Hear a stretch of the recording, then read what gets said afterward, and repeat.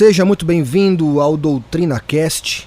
Aqui quem vos fala é o pastor Tiago de Souza, da Assembleia de Deus da Baixada Santista. Esse é o podcast mais raso do mundo, feito especialmente para quem não sabe nadar e morre de medo de se afogar, porém muito objetivo e eficaz. Hoje eu quero falar sobre um assunto super interessante que ele está interligado ao assunto do primeiro episódio. Se você não conferiu, vai lá conferir o primeiro episódio, tá? Falar sobre o dever da igreja, falar sobre o dízimo. Muito bom, muito polêmico. Muito raso também, porém bem objetivo. Eu quero falar sobre a função dos pastores. Para que serve um pastor, afinal de contas? Biblicamente falando, para que serve? Qual é a função dele? O que um pastor tem que ser? O que um pastor tem que fazer para ser um pastor bíblico? Porque no primeiro episódio eu falei sobre isso, que a igreja certa é a igreja bíblica. É a igreja que mais se aproxima da doutrina bíblica, não é verdade? Mas, afinal, um pastor, o que faz um pastor? O que deveria fazer um pastor? O que tem que fazer para ser um pastor de verdade? Você já parou para pensar nisso? Que importância tem um pastor? Que importância tem a igreja? E eu quero já meditar com você em Apocalipse, capítulo 1, logo no versículo 20. Apocalipse 1, versículo 20, diz assim, pela NVT, uma tradução que eu gosto muito: Este é o significado do mistério das 7 estrelas que você viu em minha mão direita e dos 7 candelabros de ouro. As 7 estrelas são os anjos das 7 igrejas, e os 7 candelabros são as 7 igrejas. Primeira coisa aqui para se analisar: 7 igrejas. Nós temos por hábito dizer que a igreja é uma só, nós somos um único povo, e que não existe igrejas, que o Senhor tem uma igreja, não é verdade? Mas aqui, nesse texto, nós vemos o próprio Jesus falando com o apóstolo João.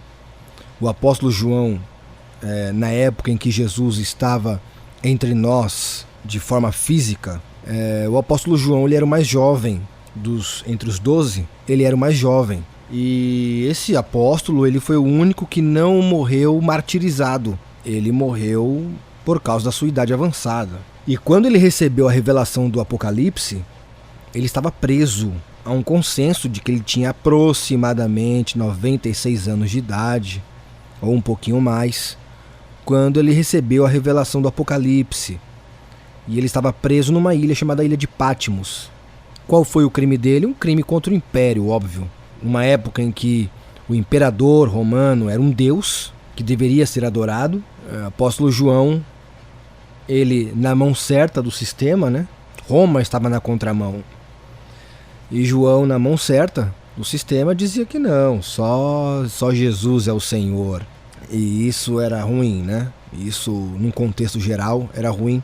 Apóstolo João estava dirigindo, na época que foi preso, há um consenso também de que ele estava dirigindo a congregação de Éfeso. Era tipo uma sede ali do setor da Ásia, cujo tinham essas 7 congregações, 7 igrejas.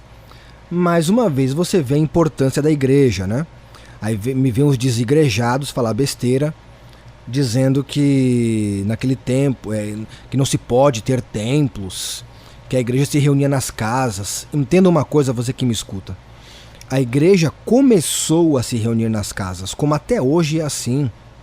Você vê hoje os grupos de células, começam numa casa, mas quando essa célula cresce muito, eu detesto esse nome célula, acho tão bobo, né? Mas é o nome que é usado, né? Na Assembleia de Deus chama-se ponto de pregação, não tem limite de pessoas. E quando vamos trazer para o contexto da Assembleia de Deus, que é a denominação a qual eu pertenço. Quando nós abrimos um ponto de pregação na casa de um irmão, no quintal de um irmão, para evangelizar ali os seus vizinhos, ali se instala um núcleo, né, uma célula, onde se tem por objetivo o crescimento. Começa ali com a família, ganha-se os parentes daquela família, daquela casa, ganha-se os vizinhos, e chega um dado momento em que o ambiente já não está mais tão confortável assim, é hora de alargar as tendas. E aí se procura um salão para alugar, ou se compra um terreno, ou recebe a doação de um terreno. E aí os irmãos entram num acordo, olha, vamos ser leais no dízimo e vamos utilizar essa renda para construir uma igreja. Ou uma igreja sede financia essa construção. Depende muito do sistema ali daquele campo, né? O sistema financeiro daquele campo. Tem congregações que cresceram através de doações, através de dízimos locais. Tem outras congregações que foram construídas com o dinheiro da sede. A igreja-mãe financia a construção do templo ou a locação de um salão para se abrir uma igreja. Enfim, você está entendendo o que eu estou querendo dizer. E assim nasce uma igreja. Até hoje é assim. Nos tempos dos apóstolos, o mesmo sistema. A igreja cresceu muito, a ponto que já não se tinha como ter tantas lideranças assim para ficar naqueles grupinhos pequenos. Até hoje se encontra na Turquia ruínas de templos, de locais específicos para cultuar a Deus, para reunir os irmãos, para cantar louvores, para se ler a palavra, para se contar testemunhos, para salmodiar. Isso sempre foi muito comum, tá? Agora, infelizmente, tem um pessoal hoje que deturpa isso e acha que não, acha que a igreja não deveria ter um local específico, não deveria ter um puxadinho para todo mundo se reunir. Imagina que inconveniente se todas as reuniões fossem feitas numa casa. Ia suprimir o crescimento, né, numérico da igreja. Então é bom que se tenha um local específico para isso, um local reservado para isso, um local totalmente adaptado para isso. É muito bom que se exista isso. Mas eu quero refletir com você essa expressão que o próprio Cristo usa, igrejas, no plural. Igrejas. O próprio Cristo usa essa expressão, igrejas, dando a entender que não existe só uma igreja. Eu posso dizer que existe um só povo, mas dizer que existe uma só igreja fica estranho falar isso. Sendo que o próprio Cristo usa a expressão no plural, igrejas. E ele, quando se apresenta, o próprio Cristo, quando se apresenta para o apóstolo João, na ilha de Pátimos, a forma como Cristo se apresenta para João é muito interessante. Ele se apresenta glorificado, uma vestimenta muito similar à de um sacerdote do Antigo Testamento. E o que João vê em volta dele são 7 candelabros. E vê também na direita de Cristo estrelas, 7 estrelas, cujo próprio Cristo diz que esses candelabros acesos são as igrejas que havia na Ásia, onde hoje é a Turquia. E que essas 7 estrelas são os anjos da igreja, os mensageiros da igreja, ou seja, os pastores, os anciãos, os responsáveis por trazer a mensagem de Deus para aquele povo. Então aqui nós já aprendemos uma série de coisas aqui. Só nesse versículo 20 a gente já aprende um monte de coisa. E quero abrir um parênteses aqui, se você está ouvindo ruídos estranhos, se está captando aí, o meu microfone aqui é um Behringer, ele capta muito bem as coisas, é porque aqui está uma chuva tremenda, com raios e trovões. Então é bem capaz que você esteja ouvindo um fundo aí, parecido um filme de terror, mas não estou querendo te assustar nem climatizar o ambiente, não, é natural, tá? É uma chuva muito forte lá fora. Fecha parênteses, continuando. Nós aprendemos uma série de coisas aqui nesse versículo 20, por quê? Aprendemos primeiramente que Jesus está entre as igrejas.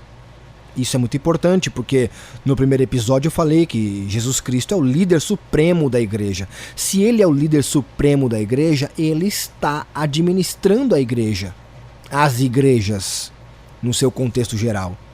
Aprendemos que sim, o formato de igreja ele é real e verdadeiro, porque a partir do capítulo 2 do livro do Apocalipse até o capítulo 3, você vê Jesus ditando cartas para a igreja, um ditado. Imagina, Jesus chega para o apóstolo João e fala, escreve aí o que eu vou falar. Eu vou mandar aqui uma mensagem para as igrejas lá da Ásia, para aquele campo de trabalho que tem ali, composto por 7 congregações, cuja sede era em Éfeso. Escreve aí, escreve aí. Isso é maravilhoso. Uma mensagem específica para cada igreja. Jesus traça um perfil de cada igreja. Depois fica aí para a lição de casa para você. Se você meditar sobre essas 7 igrejas, essas 7 cartas ditadas pelo próprio Cristo, aqui são textos que não é texto simplesmente inspirado por Deus, é um texto ditado pelo próprio Cristo. Isso é maravilhoso. Você vê que são igrejas de perfil diferente. Cada uma delas tinha um perfil diferente.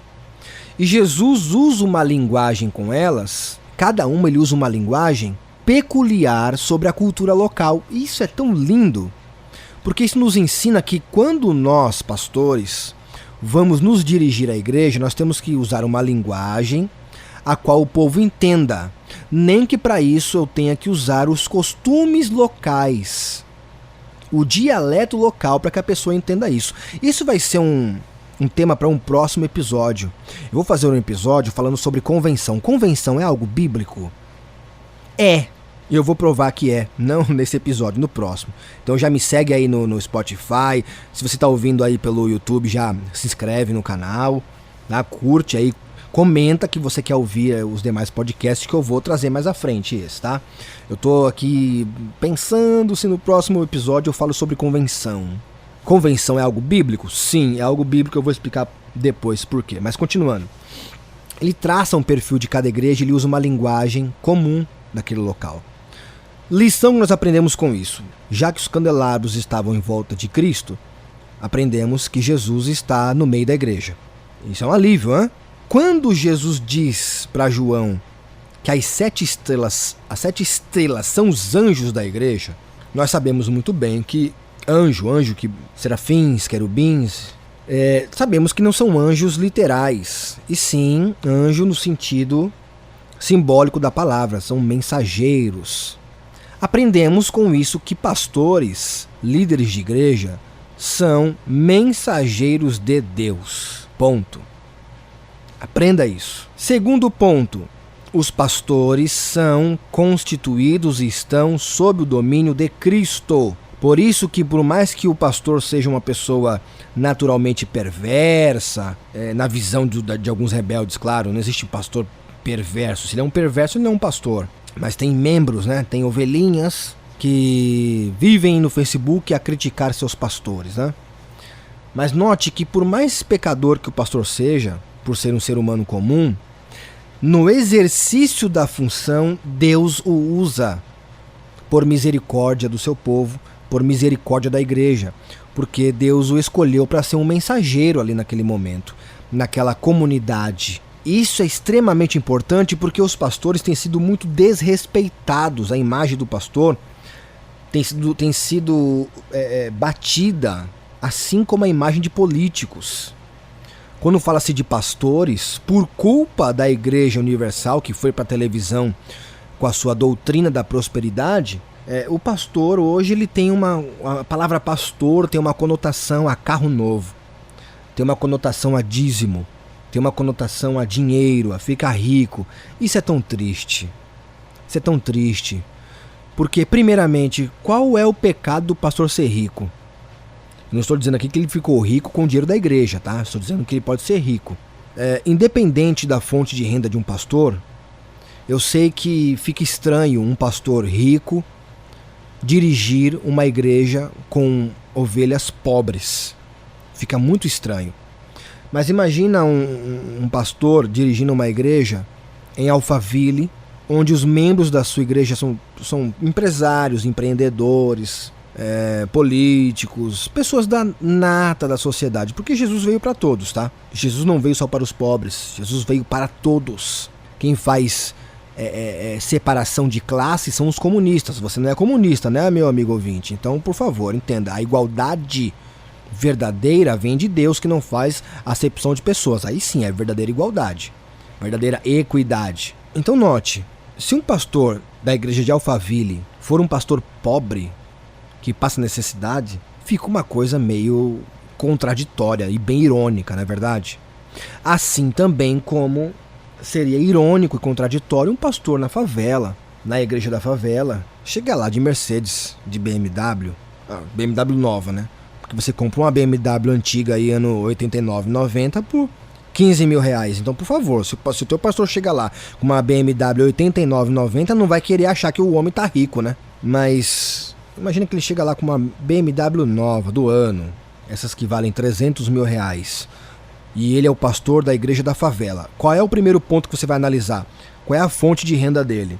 Se a fonte de renda dele é a fonte da igreja, tem alguma coisa estranha, porque não é possível uma igreja de favela arrecadar tanto dinheiro assim. Então, você vê que essa utopia que as pessoas fazem do pastor que enrica, que fica rico, tal.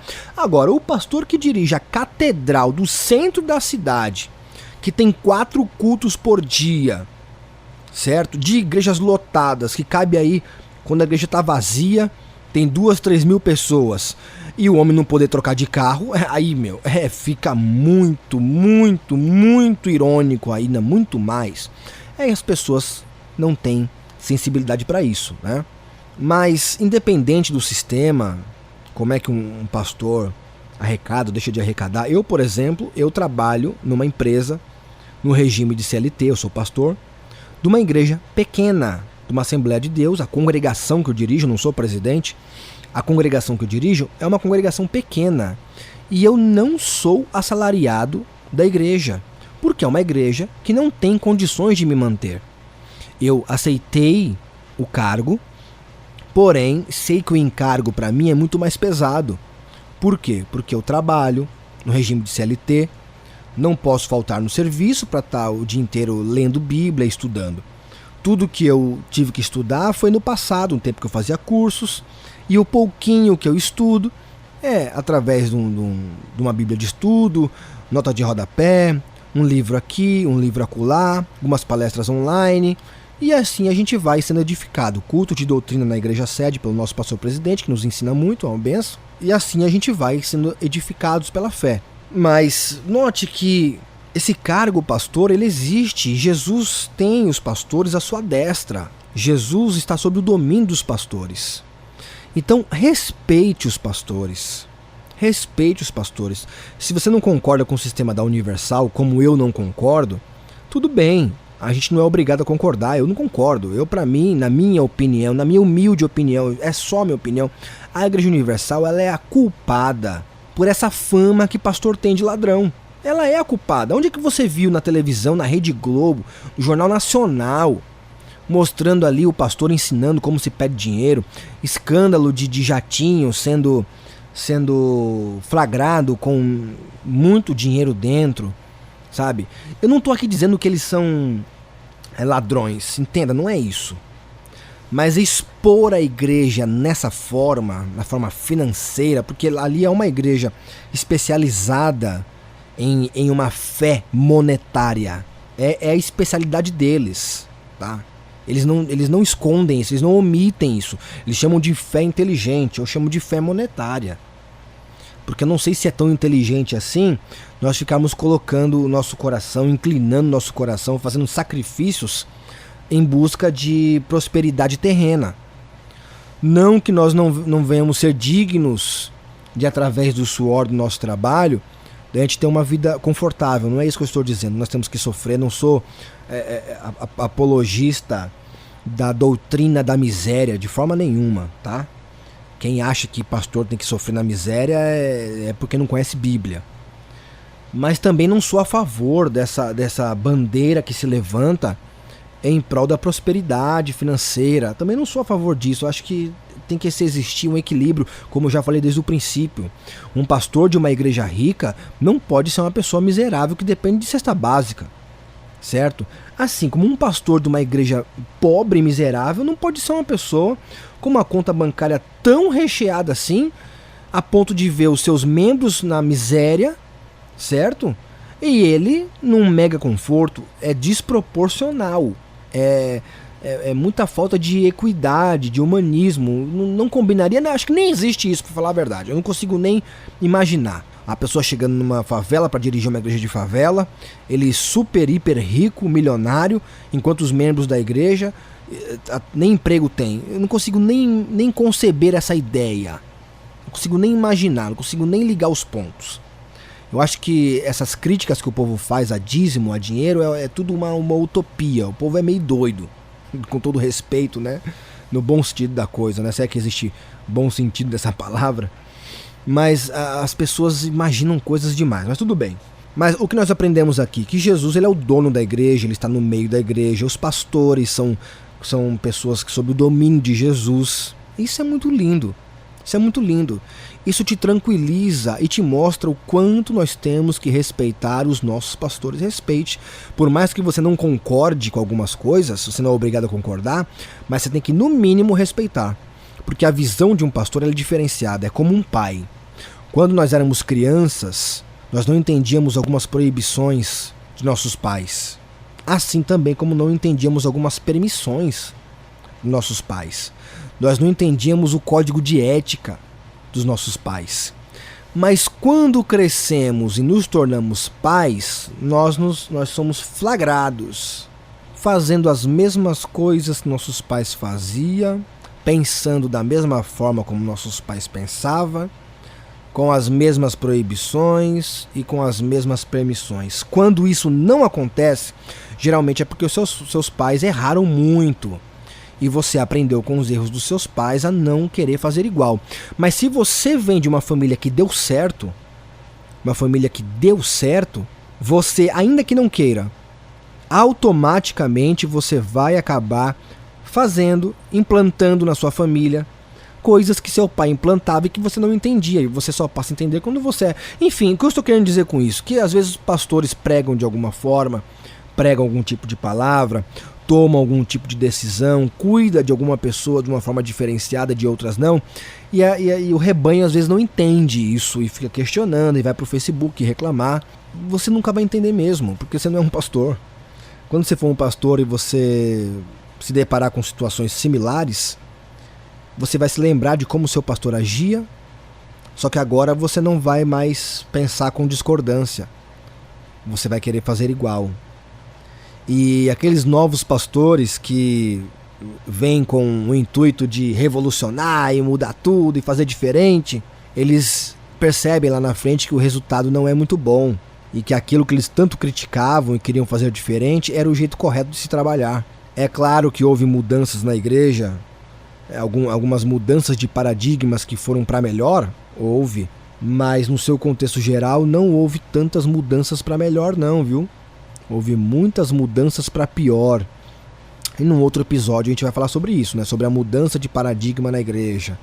Aí entra questões de usos e costumes, questões de liturgia, enfim, muitas questões aí para ser abordada, que não é o contexto de hoje.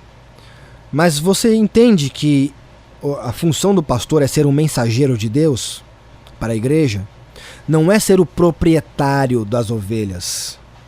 Não é ser um chefe, mas é ser um mensageiro. Aprendemos assim. Aqui pelo livro do Apocalipse, aprendemos assim. Que eles são dignos de respeito, que Jesus está sob o domínio das igrejas, no plural, das diversas igrejas que existem. Ambos têm que ser respeitados, tanto as igrejas quanto os pastores devem ser respeitados, ainda que você não concorde com algumas coisas, mas isso não lhe dá o direito de ir para o Facebook e desnudar a igreja desse jeito, tá? Os ímpios muitas vezes não se sentem atraídos a conhecer o evangelho por causa dessa ignorância nossa. Nós somos muito briguentos, principalmente a gente, os pentecostais, somos muito fervorosos na busca, mas também somos muito fervorosos quando entramos na carne, no sentido oposto do que é ser fervoroso. E isso é um grande perigo, né? O domínio próprio é algo muito especial que todos nós deveríamos ter. E nós, pastores, eu mesmo sou sanguíneo. Quantas vezes aí em momento de raiva, de ira, a gente acaba falando que não deve, aí depois esfria a cabeça, pensa melhor e fala, não devia ter feito isso, aí tem que ir lá, pedir perdão. Tem pessoas que aceitam perdão, tem outros que não aceitam, tem outros que ficam revoltadas. Se você pedir perdão, elas ficam com mais raiva ainda de você. Mas fazer o quê? A gente é falho. É terrível. O ser humano ele é terrível, né? A perfeição mesmo só virá quando o próprio Cristo estabelecer o seu reino milenário e as pessoas que estão dessa geração tiverem seus corpos transformados, corpos glorificados, aí estaremos num formato perfeito. Aí sim, aí vai ser outro nível. Por enquanto, todos nós estamos num processo de aperfeiçoamento. Alguns aceitam esse processo, outros não aceitam esse processo. Mas enfim, isso não é tema para hoje, tá? Mas ao ver o livro do Apocalipse e esse ditado que Jesus faz, e essa tranquilidade que ele passa para o apóstolo João, mostrando para João que ele estava no meio da igreja, isso é muito bom. Imagina João ali preso, estava pastoreando a igreja de Éfeso, uma igreja que sediava ali aquele complexo, aquele campo, né? Que dava um total de 7 igrejas da Ásia, igrejas famosíssimas da época, igrejas fortes, e que, trazendo para um contexto simbólico hoje, essas 7 igrejas simbolizam 7 tempos da igreja, e também simbolizam 7 tipos de crentes. Dá para se extrair tanta coisa nesses princípios revelados, nessas cartas que Jesus ditou a essas igrejas. É algo maravilhoso. Mas você vê uma das funções do pastor. E outra função do pastor, que não podemos deixar de citar, está no Antigo Testamento, no Salmo 23. O Salmo 23, ele é um exemplo perfeito, ele é a receita perfeita de como que é um pastor certo. Porque o pastor, ele é usado ali como, esse nome pastor, sendo usado como um símbolo, uma alegoria, né, para mostrar como que é a igreja. Sabemos que o nosso pastor supremo é o Senhor Jesus, sabemos que o Salmo 23 representa o Senhor Jesus com seu povo, mas se você pegar a parte técnica do Salmo 23, você vai entender a seguinte questão: qual era a função de um pastor de ovelhas se tratando de animais? Vamos dar uma conferidinha aqui no Salmo 23? Olha só: o Senhor é meu pastor, não faltará. Aprendemos que um pastor tem que ser uma pessoa presente. Então, se você almeja o episcopado, como o apóstolo Paulo falou ao jovem Timóteo, que quem almeja o episcopado, boa coisa deseja, boa obra deseja, você tem que ser uma pessoa presente na vida das ovelhas.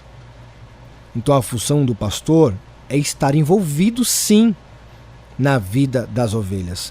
É muito errado quando uma ovelha quer ter uma vida totalmente paralela da igreja, a ponto de não querer dar satisfação para nada. É tão chato isso. Olha, quando, por exemplo, um membro da igreja fica doente e ele começa a se ausentar da igreja, aí o pastor, que é o pastor verdadeiro, que não é um mercenário, é uma pessoa presente, ele vai tentar saber o que foi que houve. E ele pergunta para alguém, ou ele faz um telefonema. Hoje, com a tecnologia extremamente avançada, a gente consegue mandar um zap, mandar uma mensagem aí no WhatsApp, ou no Telegram, ou no Messenger do Facebook. E aí você pergunta: tudo bem com você? Tenho sentido a sua falta. Esse é um pastor presente, tá? Ele percebe a falta de uma ovelha. Como aquela famosa música das 100 ovelhas, né? Eram 100 ovelhas. E também a própria parábola da ovelha perdida, onde Jesus, ele deixa, né? Ele ensina essa parábola, que o pastor, ele deixa ali as 99 e vai atrás daquela ovelha que se perdeu. Muito bem, ele sente a falta daquele membro da igreja e ele vai procurá-lo. Aí o membro fala: não, eu tô doente, fiquei internado, sei lá, sofri um acidente e tal. Aí vem a pergunta: por que esse membro, quando sofreu um acidente, quando ficou doente, ele não comunicou o pastor? Não é questão de dar satisfação da vida dele, mas para pedir oração, pedir uma assistência, sabe? É chato quando uma pessoa se ausenta dessa forma. Agora você imagina um pastor que dirige uma igreja muito grande, que é um grande perigo isso, né? Ele vai precisar do auxílio das lideranças. E é por isso que eu amo a Assembleia de Deus, porque a Assembleia de Deus tem isso. As igrejas de célula, elas também têm isso. Mas nem todo líder de célula ele tem a chamada e o preparo. É um número muito ramificado. Já na Assembleia de Deus, e entre outras igrejas pentecostais, tem um sistema muito interessante, que é muito parecido com o conselho que Jetro, sogro de Moisés, deu a Moisés. Ele é aplicado na Assembleia de Deus de uma forma perfeita. Porque Moisés, quando estava com o povo no deserto, rumo à terra prometida, ele tinha que passar o dia todo sentado numa pedra, fazendo atendimento individual para todos os problemas que aquela multidão de pessoas, que se for contar com criança, com mulheres, fazer mesmo uma análise mais profunda na matemática, ali pode acreditar que tinha aproximadamente 1 milhão de pessoas ou mais. Eu já vi vários cálculos aí que o pessoal faz, e eu não quero aqui entrar nesse detalhe contigo, tá? Eu quero só trazer para a função da liderança do pastor. Jetro, quando vê Moisés tendo que lidar com aquele problema, aquela fila de pessoas onde... Imagina isso, enquanto houvesse luz do dia, Moisés não poderia fazer nada, era sempre resolvendo problemas, sempre aconselhando, sempre atendendo. Ou seja, uma pessoa presente na vida das ovelhas. Jetro fala assim: você não vai conseguir, sogro de Moisés, assim você não vai conseguir. Não, é muita tarefa para você. Você vai separar líderes. Pega homens aí de experiência, homens de boa reputação, e separa líderes aí, líderes de 10, de 50, de 100, de 1000. E eles filtram o problema lá no departamento e traz para você só os problemas insolúveis. Assim você vai conseguir gerir melhor. Você vai liderar através de líderes. Muito bom. Por quê? Na Assembleia de Deus tem o líder do departamento de mocidade ou de jovens.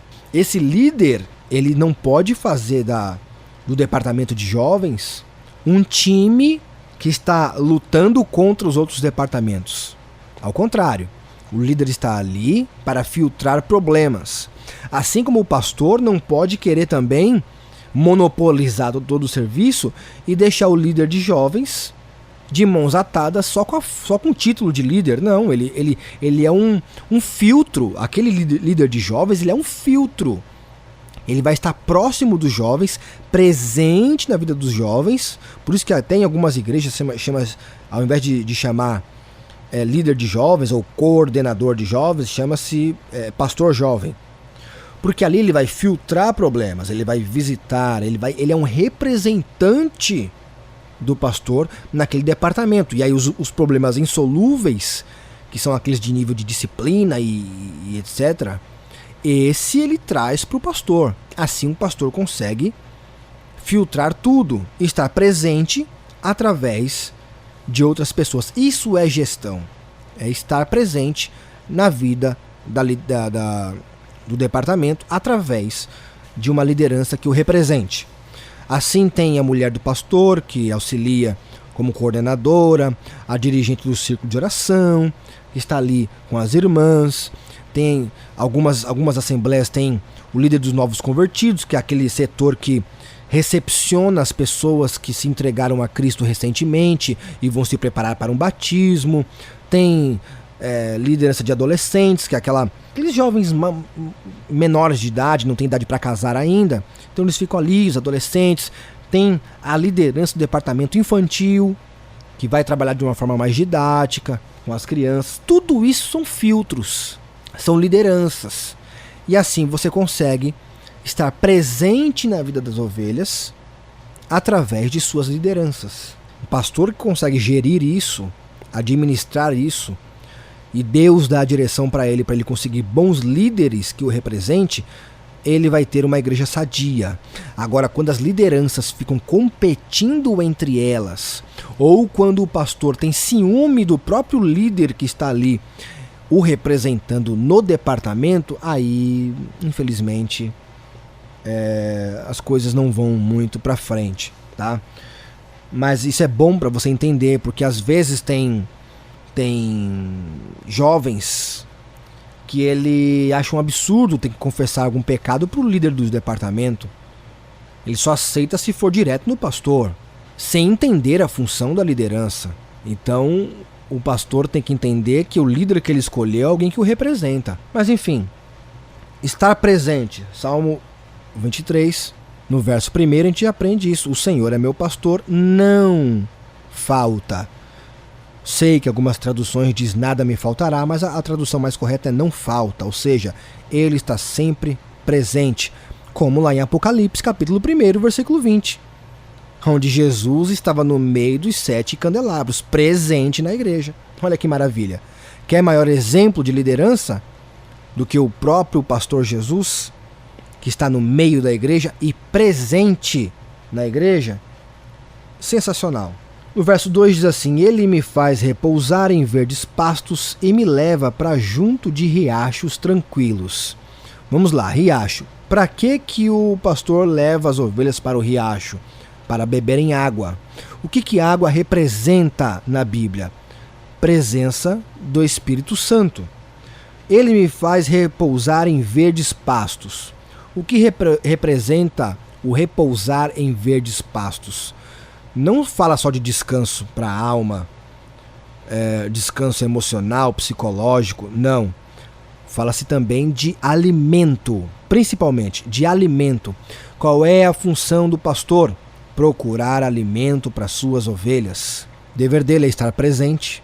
O dever dele é conduzir as ovelhas a serem mais espirituais, a beber da água do Espírito e a ter uma boa alimentação espiritual. Por isso que o pastor ele tem que ter uma boa mensagem. Ter uma boa mensagem não simboliza apenas conteúdo teológico, e muitos se enganam. Muitos vão lá, fazem um curso teológico e se acham mais sabidinhos do que o pastor. Não cometa esse erro, porque acima do conhecimento teológico técnico está a revelação por trás da palavra, e isso só a joelhologia dá, amigo. Você pode ir lá pregar 3 horas falando de Gênesis e Apocalipse. Se não tiver aplicação pessoal dada por Deus, quentinha do céu, a sua teologia vai ser mera exposição de conhecimento. Aí vai lá o membro da igreja, revoltadinho, aquela ovelha negra da família, né, da família cristã ali da comunidade, faz um cursinho teológico com outro segmento e fica dando uma de apologeta dentro da igreja, de apologista, né? E querendo contrariar a mensagem do pastor, sem entender que ele é um mensageiro de Deus. Ele vai extrair do texto, muitas vezes, coisa que o texto não diz, que é um princípio do próprio texto, é uma revelação do alto através do texto, por trás do texto. Isso já é motivo para você respeitar o seu pastor. Respeita, meu amigo. A mensagem é simples, mas ela é eficaz, tá bom? Eficaz. Muito bem. Então qual é o dever do pastor? Estar presente, levar a igreja a ser pessoas espirituais e não carnais, que é representado aqui no Salmo 23 pelas águas tranquilas, porque olha que interessante aqui quando eu falo sobre a exegese do texto, a revelação por trás da palavra, que está muito acima da teologia. Teologia nenhuma dá a revelação por trás da palavra. Isso só a joelhologia dá. Muitas vezes o pastor nem é tanto de joelho assim, mas porque ele, como está na função de pastor, que é um mensageiro, é um anjo da igreja, Deus dá mensagens para ele transmitir à igreja, assim como Jesus respeitou a hierarquia, assim como os líderes lá no deserto, que Moisés colocou para liderar, respeitava a hierarquia. Os anciãos filtravam, os líderes de 10, de 50, de 100, de 1000, filtravam os problemas e traziam para Moisés. Moisés transmitia as ordenanças através da liderança, a liderança ia lá no departamento e transmitia e retransmitia as mensagens. Com Jesus foi a mesma coisa. Jesus manda João escrever um ditado, é como se João fosse o pastor presidente, e manda escrever as igrejas, porém, a quem era destinado fisicamente a carta? Ao anjo da igreja. Olha a hierarquia. O próprio Cristo respeita a hierarquia. Ele não pulou a liderança de João e a liderança dos anjos da igreja e falou diretamente com a igreja, não.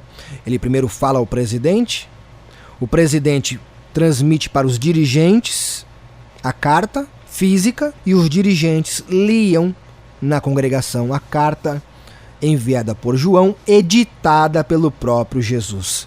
Você vê, meu amigo que me escuta, você vê como a coisa é séria? Você vê que quando você se levanta contra o seu pastor, você está cometendo um grande erro. Você vê quando você despreza a igreja no formato eclesiológico do jeito que ele é, você vê a falha que você comete quando você faz isso. Não critique o formato de igreja, tá? Não critique as igrejas. Não critique. Você pode até não concordar com muita coisa, mas não se dê esse luxo de ficar abrindo seu bocão e falando coisas que não deve, que não sabe. A Bíblia é a resposta para tudo. Você queria o quê? Um texto exato lá, dizendo? Não, filho, não é assim que se estuda a Bíblia. É através do seu princípio, é através do seu conselho, é através da sua alegoria, é através da sua simbologia. Olha o que o verso 3 diz: renova minhas forças e me guia pelos caminhos da justiça. Assim, ele honra o seu nome. Olha só a ligação entre os versículos. Quando o pastor leva a ovelha para consumir os pastos verdejantes, nós sabemos que a ovelha ela é muito exigente e ficaria muito inviável para o pastor ir lá e trazer pastos cortados como se fossem cavalos. Ovelhas não são cavalos. Ovelha não gosta de comida enlatada. Ovelha gosta de coisa fresquinha do céu. Então, o pastor tinha que pegar as ovelhas e levá-las até o pasto. E não basta levar, tinha que procurar a pastagem. E ao encontrar, as ovelhas poderiam descansar e se alimentar bem, beber água. A ovelha não bebe água em águas turbulentas, as águas tinham que ser tranquilas. A ponto que, quando a ovelha abaixa a sua cabeça para olhar para a água, para poder beber a água tem que estar tranquila. Ela precisa olhar para a água e ver a imagem dela na água. Quando a água estiver tão tranquila a ponto dela ver a imagem dela espelhada na água, aí ela vai lá e bebe. O que isso significa? Você consegue entender porque Jesus, a cada igreja da Ásia, ele usava uma linguagem diferente e uma linguagem típica da região. Quando ele fala que, para a igreja de Laodiceia, que ela é uma igreja morna e que ele iria vomitar ela se ela não tomasse uma postura de um lado, qual lado ela decidiria ser, se fria para refrescar ou se quente para curar. Quando Jesus ele coloca a igreja em xeque, a sua espiritualidade em xeque, a sua devoção em xeque, ele usa uma linguagem que eles conheciam. Por quê? Nós sabemos que Laodiceia tinha de tudo, mas não tinha rio, não tinha lago. Eles tinham que importar a água. A água vinha por aquedutos de fora, das cidades vizinhas. E por causa da temperatura, chegava morna lá. Quem bebesse a água do jeito que estava, morna, do jeito que chegava, era ânsia de vômito na hora. E eles entendiam muito bem isso. Então Jesus usa uma linguagem a qual eles se identificam. O pastor, quando vai transmitir uma mensagem de Deus, é a mesma coisa. Ele precisa trazer uma mensagem a qual as ovelhas se identifiquem com elas. Porque se a igreja, se a ovelha não ver o reflexo dela na mensagem, o espelho, se a mensagem não for um espelho para ela, ela não vai beber daquela água. Se ela não beber daquela água, ela vai morrer de sede. Muitas vezes o pastor, quando não encontrava águas tranquilas, ele tem que descer e ele pegar com as duas mãos, encher as suas mãos com a água e dar na boca da ovelha, porque a ovelha não está sentindo segurança em se abaixar para beber águas quando as águas estão não muito tranquilas. Isso é uma lição muito tremenda para nós pastores e uma lição para você também que me escuta. O pastor ele não é um vereador. O pastor não foi chamado para ser um distribuidor de renda, um distribuidor de cesta básica. Não. A caridade é um dever de todo crente salvo. Mas dever de levar o crente salvo para comer um bom pasto verdejante e beber uma boa água, esse é o dever do pastor. Esse é o dever do pastor. Há quem acredite que o pastor é aquele que vai na frente das ovelhas. Engano seu, amigo. Engano seu. O pastor não vai na frente das ovelhas. O pastor vai atrás das ovelhas, vendo a todas. Pastor que vai na frente das ovelhas é mercenário. Agora é lógico que a expressão ir na frente, ela é muito bonita, né? Ela representa uma liderança. Não está na frente do trabalho. Ele está na frente da obra. Eu sei que a expressão ela é bonita e muito cabível. Falar que não é esse o dever do pastor soa até estranho. Mas na verdade, entre as ovelhas existe a ovelha líder.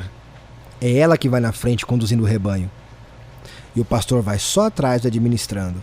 E isso nos faz entender que o pastor não é proprietário de ovelha, pastor não é pai de ovelha. Pastor é pastor. E o cajado seu tem muitas funções e dá para fazer um episódio aqui de 1 hora falando só sobre as funções do cajado de um pastor. Eu vou deixar isso para depois, que se eu for falar sobre a multifunção do cajado do pastor, a gente não acaba nunca. Vai ficar 3 horas de podcast aqui, não é isso que a gente quer, né? Tudo tem sua hora. O pastor precisa usar o seu cajado para direcionar a ovelha líder, que vai à frente.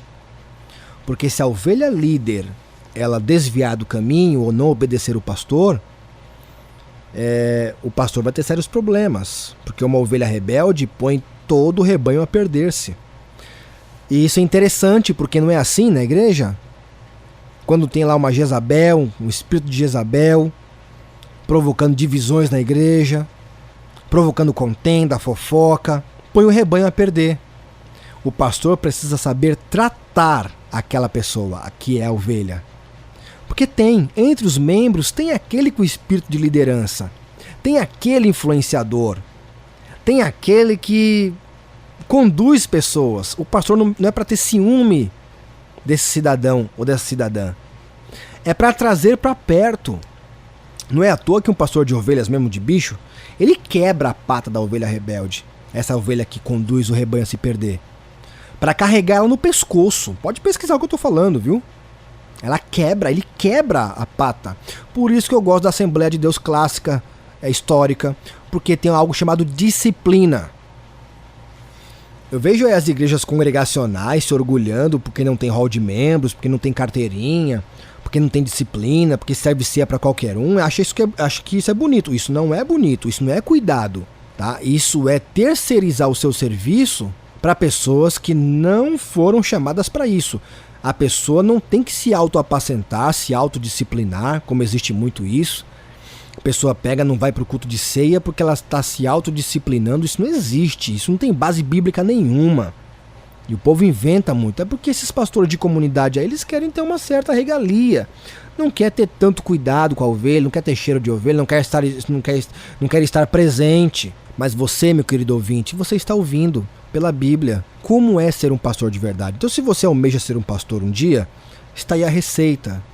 Se você não entende o seu pastor e a forma de trabalhar dele, pronto, você já tem um crivo para entender, um crivo bíblico para entender como que é o trabalho de um pastor. Esse é o trabalho de um pastor. Por isso que no verso 3 que nós lemos diz: renova minhas forças e me guia pelos caminhos da justiça. Assim ele honra o seu nome. Porque esse é um dos propósitos dos pastores, é fazer justiça entre as ovelhas, é ser um árbitro nas questões da igreja. Por isso que lá em 1 Coríntios, no capítulo 7, quando fala sobre o litígio, o apóstolo Paulo ele deixa bem claro, não fica levando as causas que você tem, crente contra crente, para o juiz ímpio julgar. Vocês não sabem que vocês vão julgar os anjos no futuro? Como é que você não tem capacidade? Você é espiritual, o Espírito Santo habita em você. Julgue os problemas de vocês entre vocês mesmos. E quem vai ser o árbitro disso tudo? O pastor. Então, se você tem um problema no casamento, se você tem um problema no trabalho, se você tem um problema entre irmãos, e tem muito pastor que gosta de se esquivar desses problemas, um irmão que deve para o outro não quer pagar, um irmão que está dando em cima da mulher do outro e o irmão ficou aborrecido, são assuntos para você tratar, porque o pastor ele está sempre mantendo a igreja motivada e o seu comportamento social um comportamento justo. Você precisa manter a ovelha nesse caminho. Aí o verso 4 diz: mesmo quando eu andar pelo escuro vale da morte, não terei medo, pois tu estás ao meu lado, tua vara e teu cajado me protegem. Olha, eu não vou falar sobre o cajado hoje, já falei, porque são muitas funções, daria um episódio inteiro só sobre as funções do cajado do pastor. Mas eu quero deixar bem claro aqui essa questão de que o pastor, ele precisa transmitir coragem para a igreja.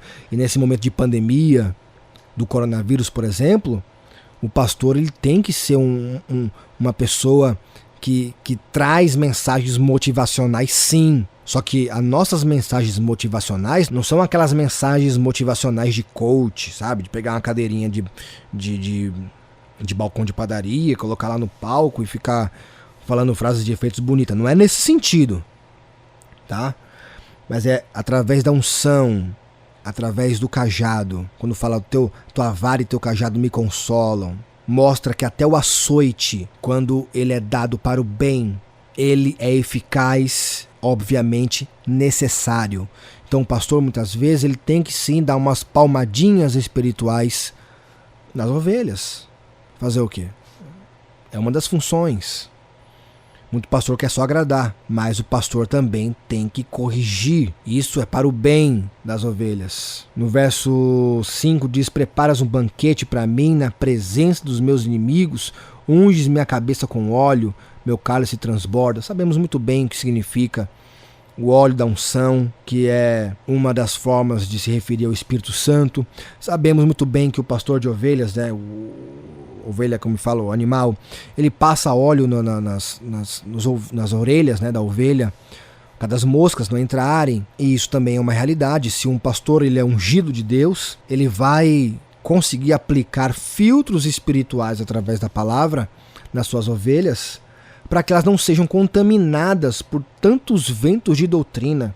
Se uma ovelha sua, meu amigo que é pastor, depende de pastores de internet para se saciarem, você precisa buscar a unção divina. Não que seja proibido os irmãos assistirem cultos online, estudos bíblicos online, não é que é proibido, mas a influência social e espiritual, eclesiológica, na vida de uma pessoa tem que ser conduzida pelo pastor a qual Deus colocou na vida dela, um pastor fixo, através do bom e velho sistema episcopal. Certamente a bondade e o amor me seguirão todos os dias da minha vida e viverei na casa do Senhor para sempre. Verso 6 e último do Salmo 23 também, deixando claro que uma ovelha bem cuidada é uma ovelha que fica firme sempre na casa do Senhor. Muito bem, essa foi mais um episódio falando sobre a função do pastor. É claro que a Bíblia dá tantos outros exemplos, eu usei aqui pouquíssimos exemplos porque é só um comentário, gente. Aqui não é um curso teológico, técnico, né? É somente um comentário, uma reflexão para nós sermos edificados, tá? Se você está ouvindo aí, não sei qual é a plataforma que você está ouvindo, graças a Deus, nosso podcast ele é distribuído aí para diversas plataformas, inclusive a mais popular dela é o Spotify. Me segue aí, tá? Me segue aí. Se você está ouvindo aí pelo YouTube, se inscreve no canal, compartilha esse áudio, tá? Compartilha esse áudio, seja um missionário virtual, tá bom? Aqui quem vos fala, pastor Tiago de Souza, da Assembleia de Deus da Baixada Santista, e até a próxima. Deus abençoe, que a graça de Cristo seja com todos.